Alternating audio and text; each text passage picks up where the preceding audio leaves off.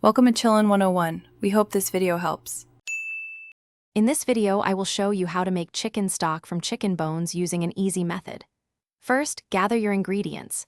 You'll need about 2 to 3 pounds of chicken bones, which can be from a roasted chicken or raw parts. Next, prepare your aromatics: 1 large onion, 2 carrots, and 2 celery stalks. Finally, grab some herbs and spices like a bay leaf, a few peppercorns, and a handful of fresh parsley for that perfect flavor base. To enhance the flavor, roast your chicken bones at 400 degrees Fahrenheit for 20 to 30 minutes until lightly browned. This step adds a wonderful depth. Transfer the roasted bones, along with your prepared vegetables and spices, into a large stock pot. Now, cover all the ingredients with 12 to 16 cups of cold water, making sure everything is fully submerged. Place your pot on the stove and bring it to a gentle simmer, then immediately reduce the heat to low. As the stock begins to cook, you'll notice foam and impurities rising to the surface. Skim these off during the first hour to ensure a clear stock.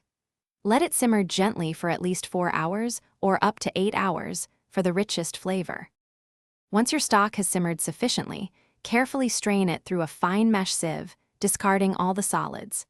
This leaves you with a beautiful, clear liquid.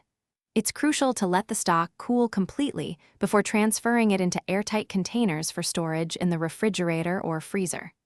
For more great kitchen tips and deals, and to check out the Owala water bottle, be sure to look for the links in the description below. Thanks for watching.